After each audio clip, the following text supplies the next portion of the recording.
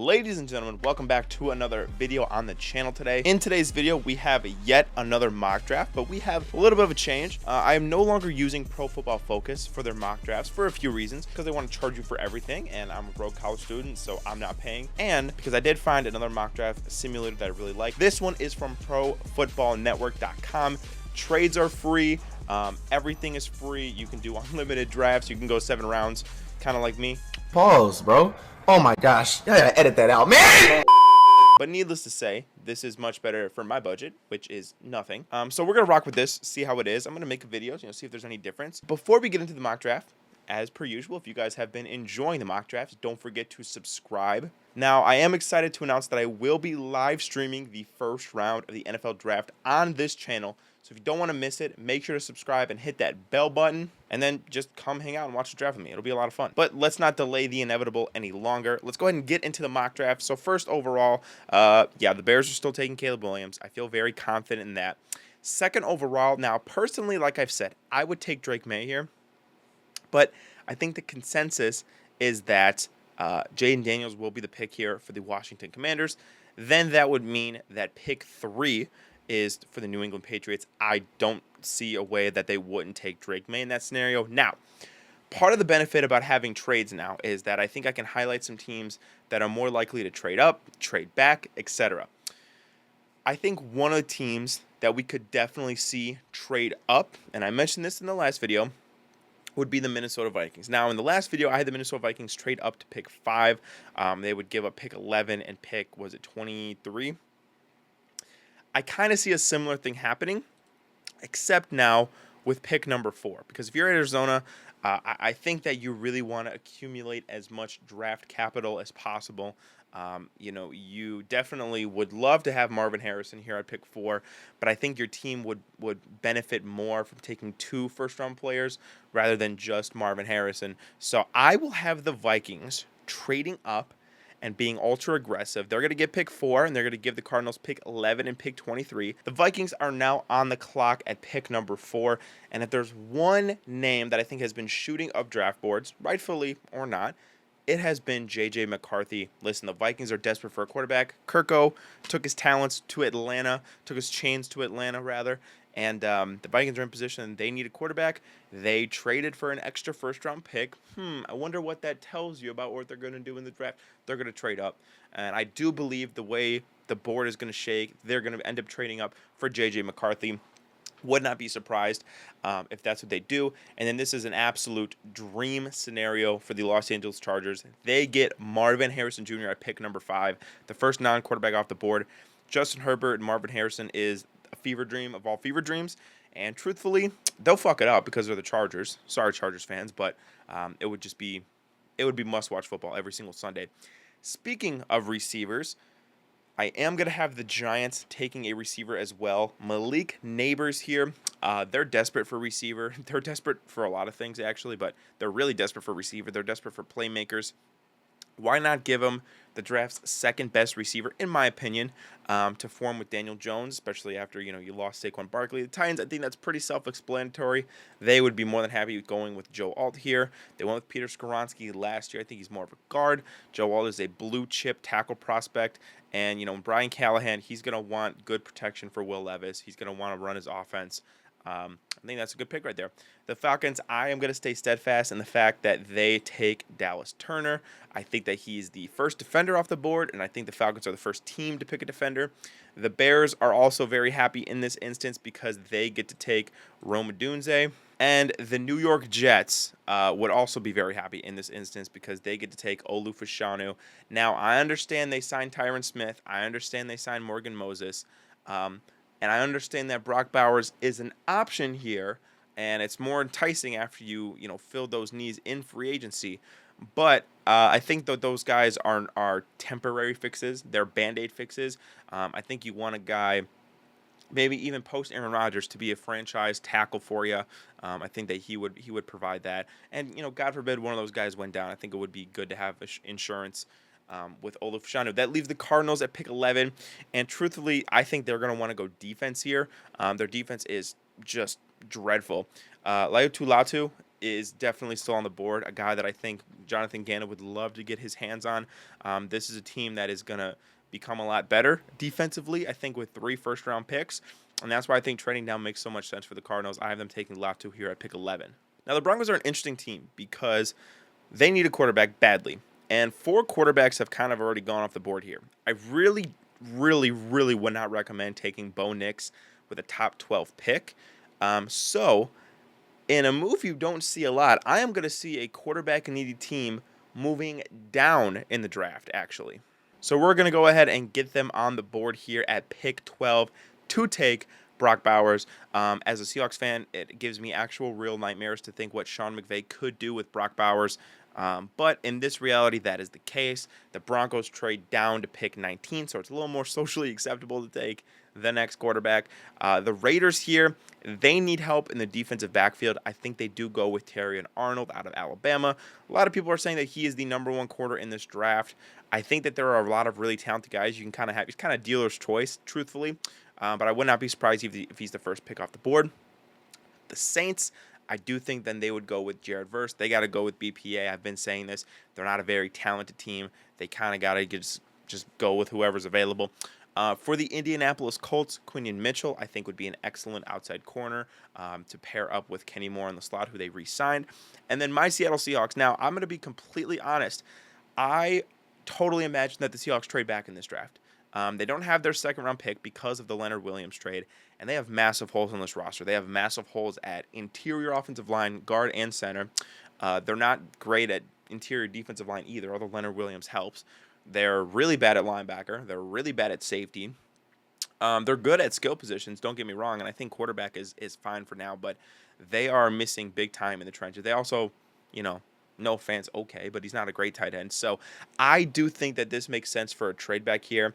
I will have the Seattle Seahawks trading back in this draft. And I will have them trading back with the Philadelphia Eagles, down 6 spots. Not anything crazy, but when you're this early in the first round, I think that does net you an additional second-round pick, which the Seahawks need.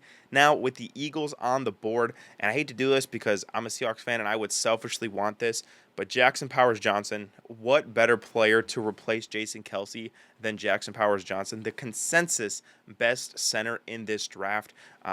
I understand that obviously they have Cam Jurgens that could play center and Landon Dickerson, but I mean, why even move those guys if you can get Jackson Powers-Johnson? I think that would be an excellent addition. Is it a risky move? Yes, but you have to understand Howie Roseman. I mean, he does not fuck around with the trenches, bro. He gets that shit right every single year. It's part of the reason why they're so good. Let's go with the Jacksonville Jaguars. I think this pick is really good for them. Troy Fattanu, their interior offensive line play was garbage, straight up garbage. I know they obviously signed Mitch Morse in free agency, but I think Troy Fattanu is a guy that's going to be able to play offensive guard as well. Cincinnati Bengals here.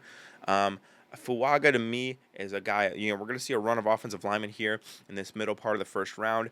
Protecting Joe Burrow still needs to be the number 1 priority. They have yet to do that, and I think that they're going to get it done here. Denver Broncos, now they're back on the board. And truthfully, I think they're looking and they're like, you know what? I think it's still a little early to take Bo Nix, a little early to take Michael Penix. We can wait on quarterback. We need just talented players on this team. I think that they need, edge rushers. I think they need corners. I think they need defensive tackles. And why not keep the man in orange and take Johnny Newton out of Illinois to be a blue chip player for you? Pittsburgh Steelers here at pick 20. Now, I am tempted to take Amaris Mims, but they did take Broderick Jones last year, so I'll let that play out. Brian Thomas, to me, makes a lot of sense, especially given the Deontay Johnson trade. He's a guy with a lot of speed, able to get down the field, etc. like that. And, I think George Pickens is a fine receiver, but I don't think you want him being the only capable receiver in your room. Brian Thomas, to me, is a good fit for the Steelers there at 20. Number 21, the Miami Dolphins. Now, this is a spot where I do think Amaris Mims could go, truthfully, just because of, they've had some offensive line issues last year. Teron Armstead is older / aging / yada, yada, yada. And I think that would be kind of interesting. That would be a good matchup in Miami. If they could really unlock his potential, I think he could be a fucking beast in Miami. Let's talk about my Seattle Seahawks once again. Listen, they need help on the offensive line, like I mentioned. Linebacker, defensive tackle, corner. That's what it says. I don't necessarily agree. Definitely not the first round. But what I will do is I will take a guy by the name of J.C. Latham. He can play right tackle. You know, Abe Lucas did have some injury issues last year. Plus, you know, maybe either him or Lucas could bump out to guard, which is what we need.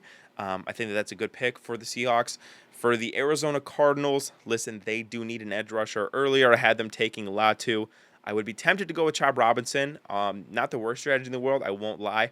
But with Nate Wiggins still on the board and still a big need at corner, I do see the Cardinals filling it there to get the Clemson superstar. At 24, the Dallas Cowboys, they have an opening at tackle, definitely. Tyler Guyton's a guy that makes a lot of sense.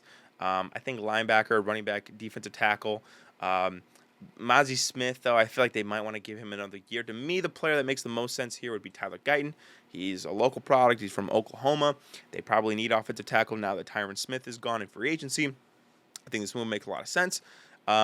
Talking about the Green Bay Packers at pick 25, so it's interesting. Pro Football Network lists him as a safety. Pro Football Focus lists him as a corner.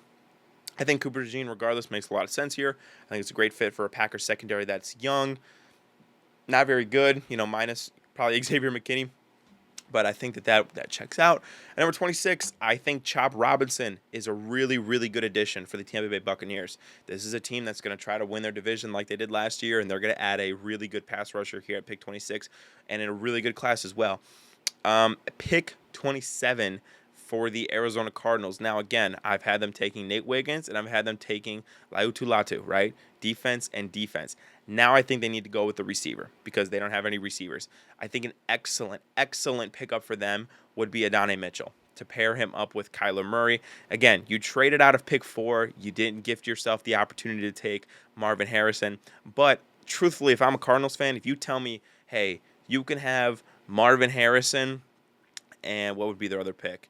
And, you know, Adonai Mitchell, or you can have pick 27, or you can have Adonai Mitchell, Nate Wiggins, and Latu. I'm definitely doing that every day of the week. I think they have an opportunity to get themselves 3 really good players in this first round.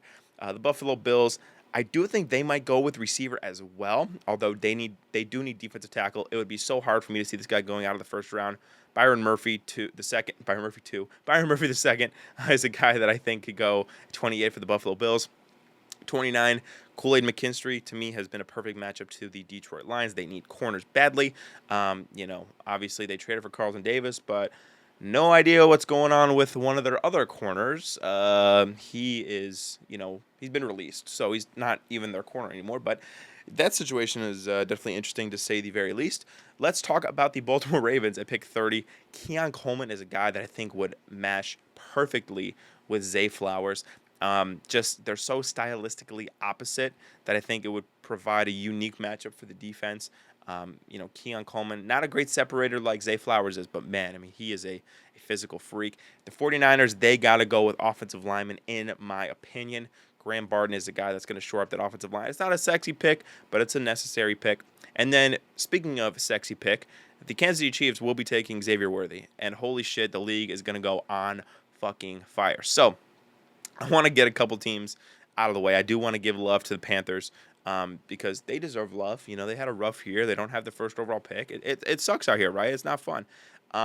If I had to make a pick for the Panthers, it would be a wide receiver, right? Looking at the board right here, Ladd McConkey is probably the only guy that makes sense. Then you could also go to edge rusher. You could talk about Darius Robinson. You could talk about Adisa Isaac. Truthfully, at the current position that they're at, I think offensive tackle is probably the most important. You beefed up the guards in free agency. Well, you beefed up one guard. I think Damian Lewis is trash, but you threw a lot of money at him. Kingsley Sumalata, I probably fucked that up. I'm not going to lie. I think that he's a good pick for the Panthers there. I'm going to do 33 picks to give Panthers fans some love. But let me know what you guys think of that mock draft. I really like doing it on Pro Football Network. I'm not going to lie. It's user-friendly. I get to make trades. I get to do all that. So let me know what you guys thought of my trades, my scenarios, everything like that. I hope you guys enjoyed the video, and I'll see you guys in the next video. Peace out.